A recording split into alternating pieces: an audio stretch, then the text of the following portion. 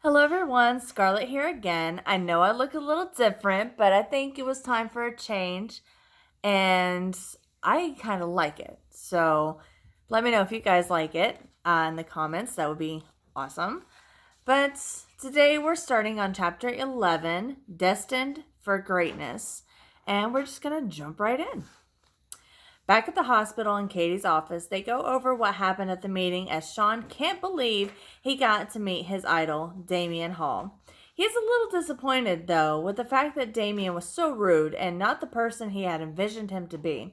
He's also shocked that his wife would spend more time socializing with other members and trying to know them rather than spending time with him. She knows he's an extremely awkward person when it comes to social events or meeting new people. Deep down, he feels that he's slowly losing his wife and everything he holds near and dear to his heart.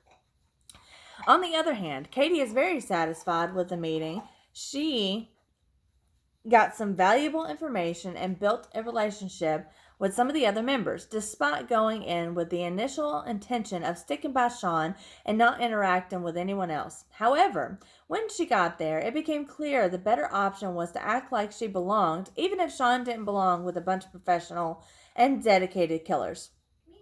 She tried to understand and guide him throughout the years, and even though he definitely has a dark side, there's still a piece of her that will always worry about him no matter what he achieves in life. Trying to get things back on track, Katie tries to make sure nothing goes wrong and has already lined up a surprise for him in the other room. She wants and hopes to make sure that Sean is more than capable of taking full advantage of the opportunity. Sean, I have a surprise for you, but I don't know how you will feel or react to it, Katie says. Baby, I'm sure I'll love it. Your gifts have never disappointed me, Sean replies. Well, it's in the next room, Katie says as they get up and head over. Upon opening the door to his office, excitement overtakes Sean as he comes face to face with their former maid, who's strapped down onto a wheelchair with a gag in her mouth. Katie knows the entire nursing staff is well aware of their recent activities and their immunity. What has the hospital still accepting new patients on a regular basis is the fact that the entire staff, including the doctors themselves, have all signed non-disclosure agreements and waiver upon being hired, which prevents them from discussing any form of experimental treatment. That's the beauty of owning the hospital and working with each other. As members of the initiative, they get to do what they want and take care of any and all primal urges. She also knows the entire staff is extremely loyal to the people who have provided them their employment and support, offering opportunities when no one else would give them the chance to prove their worth. In many cases, despite lack of experience in the field, they have hired staff straight out of college. Now, this is what I call a surprise. Hello, Maria. Long time no see, Sean says with a smirk. Their paths have crossed in many ways of excitement and pleasure. I know the last time we saw each other, it didn't end very well, and I regret that. You said you wished I would die for suggesting certain activities. My, how the tides have changed. You should know, though, you're going to die here today, Sean adds, caressing her forehead. Katie steps back to allow him to do all the work. This gift will make everything right between them. Handing him a clipper, she steps back and he starts to shave off Maria's hair. Sean grabs the long, pitch black hair with blonde highlights and notices how the strands of hair fall to the floor. Sorry, the dog loves to play with the water bowl. Sorry. Once he's done with the clippers, he begins to use a razor to make sure she's completely bald. Wasn't sure if this was going to be a good look on you, and now that I've done it, yeah, it's not. Thankfully, though, I won't have to look at you for long, since we're going to fry that brain of yours and then get rid of your body, he says as he removes her gag and places a finger over her lips. Come on, beg for me. I know that's what you're going to do. It's expected, Sean adds, removing his finger from her lips. Mother effer, I won't give you what you want. I won't, Maria replies as the tears run down her face. You might not be willing to beg now, but you will. Hell, the tears are already coming down. I have all the time in the world to hear you beg. I don't think you have it in you to hold off for too long, Sean says as she continues to cry. Feeling a little disturbed by how sinister this has become, it is becoming clear to Katie that this is extremely personal for Sean as she watches on as he preps Maria for some electroshock therapy. Feeling that she may have made a big mistake, Katie tries to start a conversation to interrupt him, causing him to stop, but he continues, ignoring her attempts. She tries to take away the razor, causing him to start laughing before looking her dead in the eyes and calmly saying, "Give it back, silly. I need that." Taken aback, she continues trying to take the razor while he hangs onto it tightly, not giving in to her desires for the first time in their relationship. Instead, he smiles at her in a way he has never before, causing the hairs on her arms to stand straight up, something else she has never experienced with him before. "Sean, we've had enough of this for a while now. How can we achieve our potential if you continue to go after people who have no importance in the world? You're looking for vengeance on everyone who ever did you wrong. That doesn't do anyone any good. People get rejected in life, but you can't allow it to consume you. Your family was wrong. They were wrong for trying to break you mentally. You became better than all of them, and if it weren't for that inner desire, we never would have met," Katie says. "Katie, we will achieve everything we want and then some. We're going to aim for greatness and won't stop until we achieve it. But to fulfill our destiny, I need to eliminate this horror. What do you say? Come on, baby, I love you. Can you let me do this? I promise it will be painful. I'll perform the electroshock without the anesthetic so she can feel every bit of current running through her head and body," Sean replies.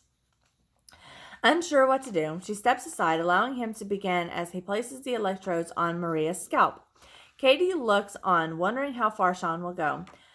When he starts the current, Maria screams repeatedly and starts to foam at the mouth and seizes as the voltage reaches its maximum. Sean laughs like a villain from one of the old cartoons he used to watch as a child. It's screechy and annoying and catches Katie off guard as she never heard him laugh that way. "What was that?" Katie asks as Maria's unconscious head drops down. "Do you like it? I thought it was time to break out a signature," Sean answers. "Oh, God, no. You need to drop it like yesterday," Katie says. "Well, there's no criticism coming from the chick in the chair, so we outnumber you 2-1. I win," Sean replies with that silly high-pitched laugh once more. "I'm going to the bathroom, and when I get back, I expect this little experiment to be over," a stern Katie says, as Sean nods in agreement. The instant she walks out of the room, Sean starts punching the unconscious Maria, hoping to wake her up. Pulling her head back up, he stares at her for a few seconds and realizes that this is going to be the last time he will see Maria, and decides to take out some other frustrations on her. He's always wanted to see what she looked like. Sorry. 1 second. Okay, sorry about that. Okay, he's always wanted to see what she looked like naked and wondered how well she could perform. Sean figures that this is the best opportunity to find out and begins to undress the unconscious woman. Staring at her body, he finds her attractive even while unconscious and unable to think she's anything less than perfect. Gently places her on the floor. Once she's positioned, Sean drops his pants and begins to rape the unconscious Maria, licking her neck, squeezing her breasts, and ramming her hard as he tries to finish as quickly as possible. He wants to avoid being caught by his wife, not knowing what she would say or do. But he's having a hard time finishing due to Maria's lack of response. There aren't any moaning sounds, passionate squeezes, or scratches. Still, he's enjoying it too much to stop. Knowing that Katie should be back anytime now, he tries some deep strokes and hopes that it will do the trick, but that doesn't work either. He shifts to attack the unconscious body like a rabbit. Feeling the pleasure of releasing his seed with an unconscious body is something he's never been able to do before, and clearly enjoys it a bit more than he should. Unknown to her husband, Katie has returned and is standing near the slightly cracked door. She is stunned at what she's seeing. She watches as Sean enjoys himself with their former maid and is unsure if she should say something or allow him to finish. Watching him try to finish, Katie realizes that there's clearly a side to her husband that she never knew. Even though there's hatred growing inside of her towards him, she still can't imagine a world without him. Something is becoming clearer inside of her when she hears Sean's finishing loud moan that brings her back. Disgust washes over her as there's a part of her that wants to bash his head in, but she knows that there are other ways to make it happen without being the one responsible for his death. Having spoken to the other members, Katie knows there's only one thing she needs to do now in order to achieve the level of greatness of either Damian Hall or Stephen Bryant, and that's to fully dedicate herself to the cause no matter what the cost. All she would have to do is wait for Armageddon. As Sean pulls up his pants, Katie walks into the room, catching him by surprise. She looks at the naked Maria and chuckles without saying a word as Sean places her back in the chair. He turns on the current once more, hoping to fry that beautiful brain of Maria's. As the unconscious body continues to twitch, Katie turns a repulsed look at Sean as his fluids run out of Maria and onto the chair and her legs. Ew. We're destined for great things. 1 second.